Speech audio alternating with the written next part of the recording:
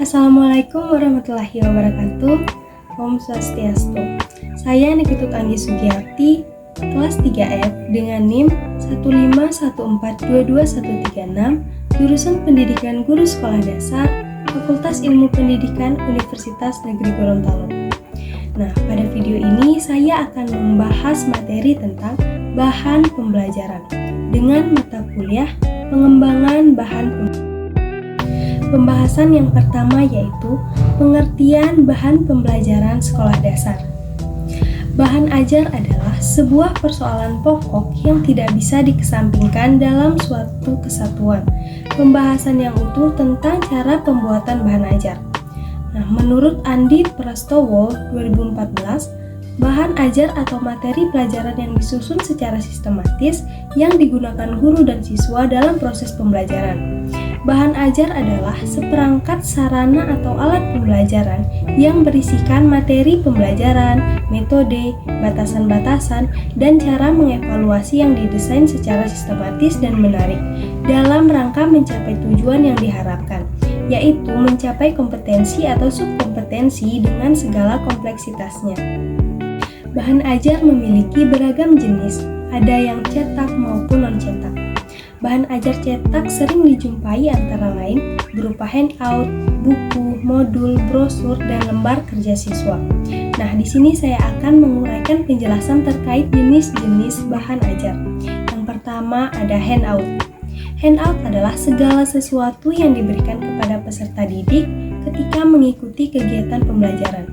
Kemudian ada juga yang mengartikan handout sebagai bahan tertulis yang disiapkan untuk memperkaya pengetahuan peserta didik. Guru dapat membuat handout dari beberapa literatur yang memiliki relevansi dengan kompetensi dasar yang akan dicapai oleh siswa. Yang kedua, buku. Buku sebagai bahan ajar merupakan buku yang berisi ilmu pengetahuan hasil analisis terhadap kurikulum dalam bentuk tertulis. Buku disusun dengan menggunakan bahasa sederhana, menarik, dilengkapi gambar dan keterangan. Buku akan sangat membantu guru dan siswa dalam mendalami ilmu pengetahuan sesuai dengan mata pembelajaran masing-masing. Secara umum, buku dibedakan menjadi 4 jenis. Yang pertama ada buku bacaan, yaitu buku yang hanya berfungsi untuk bahan bacaan saja, misalnya cerita, legenda, novel, dan lain sebagainya. Yang kedua ada buku pegangan, yaitu buku yang bisa dijadikan pegangan guru atau pengajar melaksanakan proses pengajaran. Yang ketiga ada buku bahan ajar atau buku teks, yaitu buku yang disusun untuk proses pembelajaran dan berisi bahan-bahan atau materi pembelajaran yang akan diajarkan kepada peserta didik. Yang ketiga ada modul.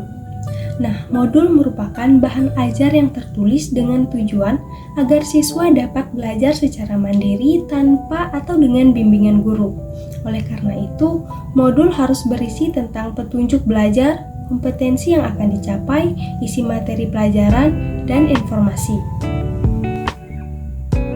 Pembahasan berikutnya yaitu karakteristik bahan pembelajaran sekolah dasar. Bahan ajar memiliki 5 karakteristik sebagai berikut.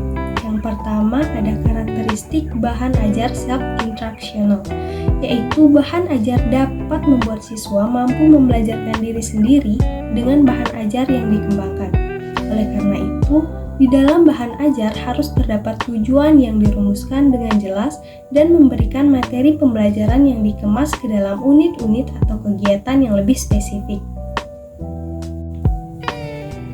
Yang kedua, karakteristik bahan ajar self-contained, yaitu seluruh materi pelajaran dari satu unit kompetensi atau subkompetensi yang dipelajari terdapat di dalam satu bahan ajar secara utuh.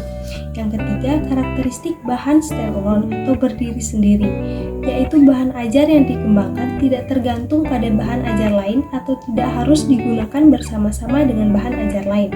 Yang keempat, karakteristik bahan adaptif, yaitu bahan ajar yang hendaknya memiliki daya adaptif yang tinggi terhadap perkembangan ilmu teknologi. Yang kelima, karakteristik bahan user-friendly, yaitu setiap instruksi dan paparan informasi yang tampil.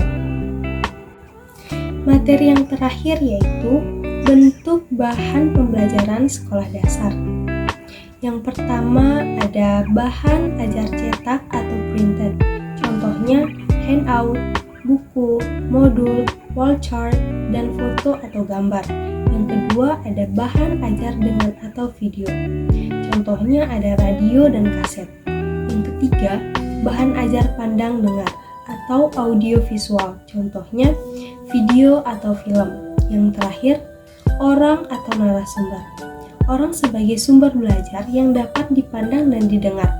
Karena dengan orang, seseorang dapat dijadikan bahan belajar. Bahkan seorang guru dapat dijadikan sebagai bahan ajar. Nah, itu tadi pembahasan materi tentang bahan pembelajaran. Akhir kata saya ucapkan wassalamualaikum warahmatullahi wabarakatuh. Om Santi Santi Santi Om.